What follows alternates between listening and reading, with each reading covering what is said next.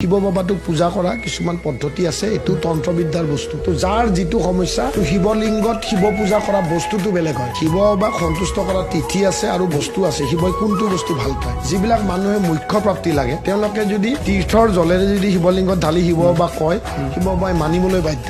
যাৰ মানে ধৰক ঘৰত কেঞ্চাৰ পেচেণ্ট আছে, তেওঁলোকে যদি কুশ আৰু পানী মিহলাই, কুশ বুলি এটা বস্তু আছে, কুশত পানী মিহলাই যদি পূজা কৰে, তেতিয়াহ'লে তেওঁলোকৰ কেঞ্চাৰ বেমাৰীটো ভাললৈ আহিব ধৰে। এইটো শিৱ পুৰাণত আছে। দৈৰে যদি পূজা কৰে, যাক মানে সম্পত্তি লাগে, গাড়ী মটৰ লাগে, তেওঁ দৈৰে শিৱলিংগক পূজা কৰিলে ঘৰ মাটি আৰু গাড়ী মাটিখিনি হয়, গাড়ী চাড়ী হয়। যাক ধৰক টকা লাগে, তেওঁ কুঁহিয়াৰৰ ৰসেৰে পূজা কৰিলে টকা পইচাৰ যোগটো ভাললৈ আহে। কিছুমান মানুহৰ ল'ৰা ছোৱালী নাই, যাৰ সন্তান নাই, সেইবিলাক মানুহে সদায় ৰাতিপুৱা যদি 20 মিনিট গা ধুই উঠি পেলাই তিতা গাৰে সূৰ্যত গাটো যদি শুকুৱাই, তেতিয়া সন্তান প্ৰাপ্তি হয়।